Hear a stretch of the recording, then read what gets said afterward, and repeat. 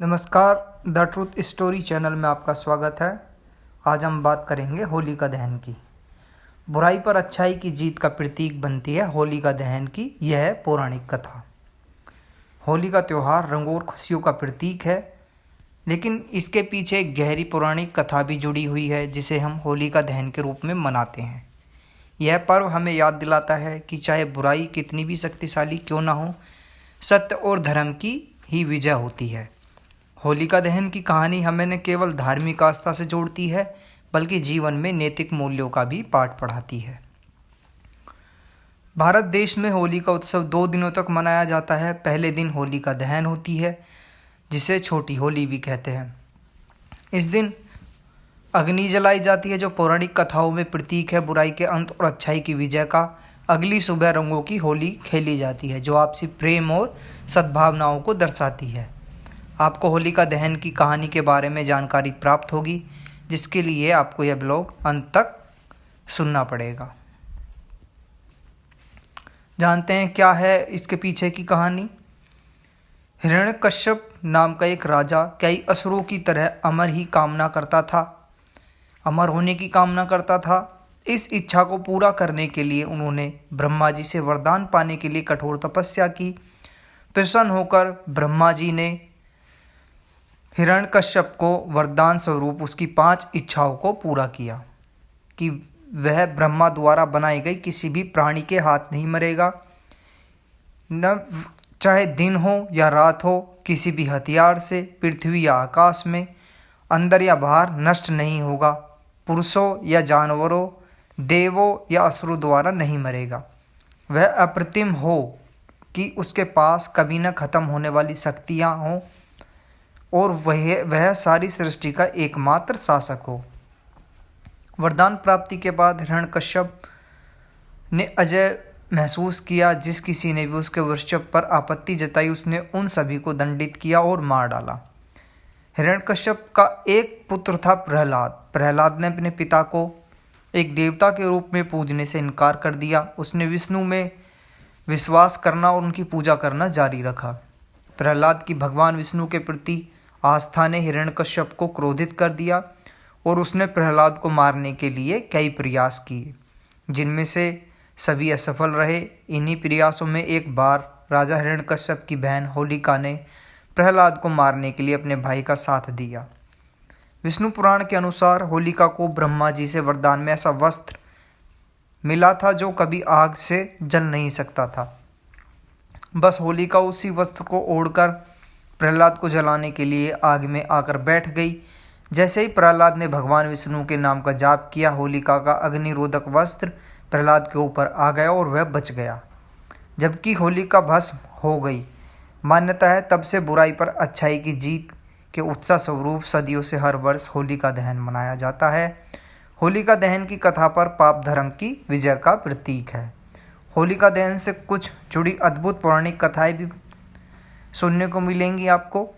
जैसा कि अधिकतर यही कथा प्रचलित है कि होलिका नामक असुरी के दहन और विष्णु भक्त प्रहलाद के सुकुशल अग्नि से बच जाने की खुशी में ही होलिका दहन और होली का पर्व मनाया जाता है।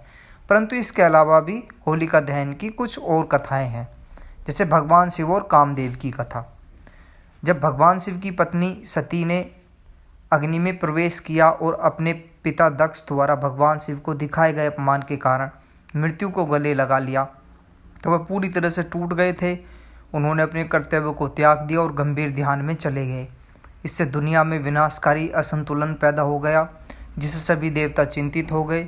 इस बीच सती का देवी पार्वती के रूप में पुनर्जन्म हुआ। वह भगवान शिव से विवाह करना चाहती थी, लेकिन भगवान शिव को उसमें कोई दिलचस्पी नहीं थी और उन्होंने उसकी भावनाओं को अनदेखा करना चुना। तब देवताओं ने भगवान शिव को प्रभावित करने के लिए कामदेव को भेजने का फैसला किया, ताकि उनके और पार्वती के बीच विवाह में संपन्न हो। इंद्र ने कामदेव को बुलाया और उन्हें बताया कि राक्षस राजा तारकासुर को ऐसे व्यक्ति द्वारा ही मारा जा सकता है जो शिव और पार्वती का पुत्र हो।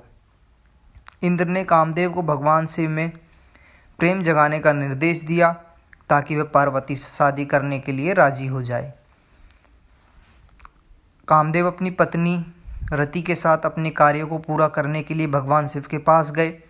उस स्थान पर पहुंचने के बाद जहां भगवान शिव अपने ध्यान में लीन थे, तभी कामदेव ने पार्वती को अपनी सखियों के साथ आते देखा।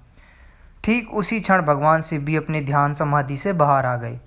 कामदेव ने भगवान शिव पर अपने कामबाण से प्रहार किया, जिसका उन पर गहरा प्रभाव पड़ा। भगवान शिव पार्वती के अद्भुत सौंदर्य पर मोहित हो गए और उनका हृदय उनके लिए प्रेम से भर गया। लेकिन साथ ही वह अपने व्यवहार में अचानक आए बदलाव से हैरान थे। भगवान शिव ने अपने चारों ओर देखा। उन्होंने देखा कि कामदेव हाथ में धनुष बाण लिए बाईं ओर खड़े हैं। अब उन्हें पूरा विश्वास हो गया था कि यह वास्तव में कामदेव ने ही किया है। अत्यंत क्रोध के परिणाम स्वरूप भगवान शिव की तीसरी आंख खुल गई और कामदेव को भस्म कर दिया। कामदेव की पत्नी रति फूट फूट कर रोने लगी। उन्होंने शिव से अपने पति को जीवित करने की गुहार लगाई। उसके बाद देवताओं ने भी भगवान शिव के पास जाकर उनकी पूजा की। उन्होंने उन्हें बताया कि यह कामदेव की गलती नहीं थी।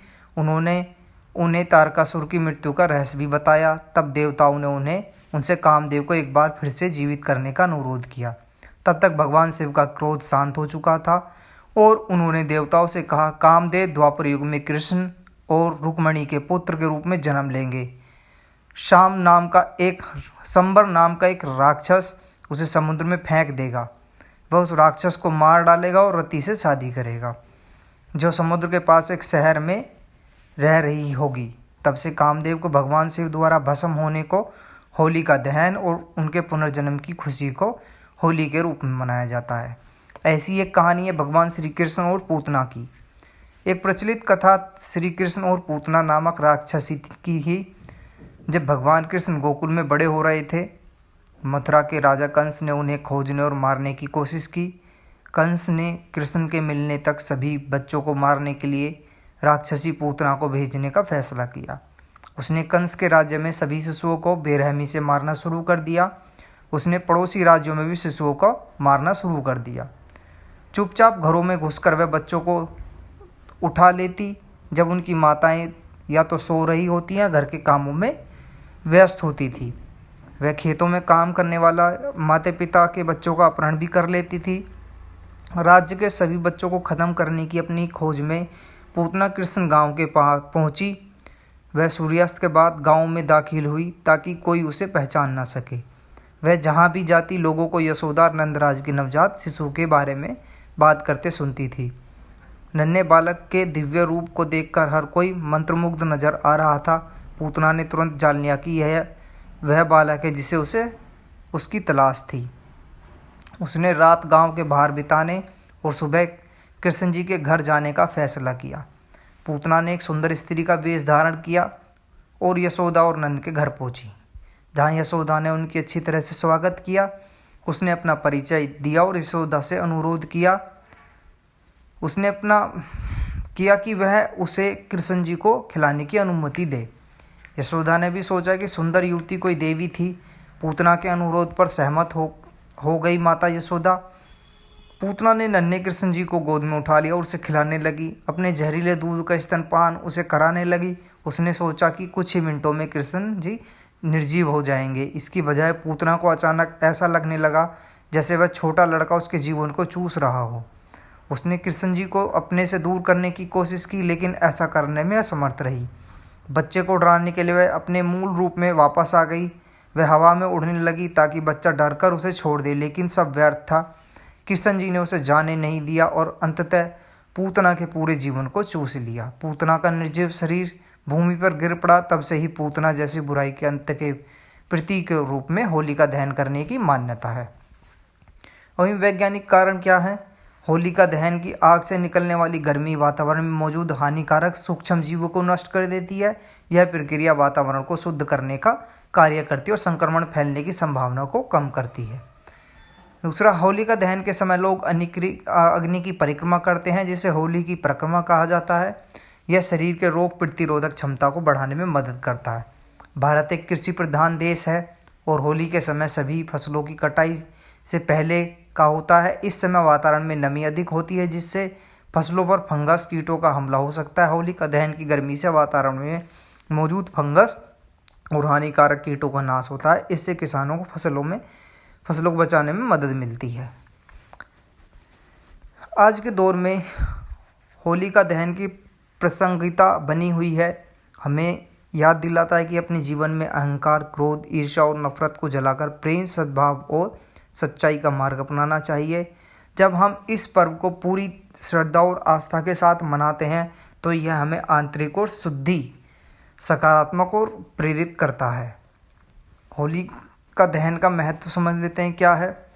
होली का दहन सिर्फ एक पौराणिक कथा नहीं बल्कि एक जीवन संदेश भी है। यह हमें सिखाता है कि अहंकार, अन्याय और अधर्म का अंत निश्चित है। इस दिन लोग लकड़ियों और उपले जलाकर प्रतीकात्मक रूप से बुराइयों का दहन करते हैं और अपने भीतर की नकारात्मकता को खत्म करने का संकल्प लेते हैं।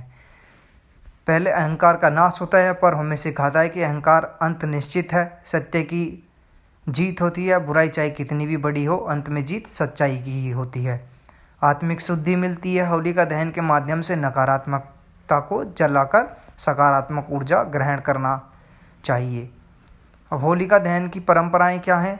लकड़ी और उपले के कंडे जो रहते हैं उनको होलिका दहन की चिताई बनाई जाती है। लोग पूजा करके उसमें गेहूं की बालियां, नारियल और गुड़ चढ़ाते हैं।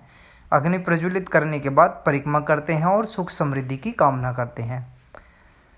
होलिका दहन से जीवन प्रबंधन की सीख को निम्नलिखित बिंदुओं से भी समझाया जा सकता है, जैसे कि अहंकार से बचना, सत्य और धर्म के मार्ग पर चलना, नकारात्मकता का दहन करना। और होलिका दहन की कहानी होलिका नाम की एक असुरी के दहन और विष्णु भक्त प्रहलाद की अग्नि से बच जाने की खुशी में होलिका दहन और पर्व मनाया जाता है। होली पर किस भगवान की पूजा करते हैं, वो हैं भगवान विष्णु और कृष्ण जी और देवी राधा।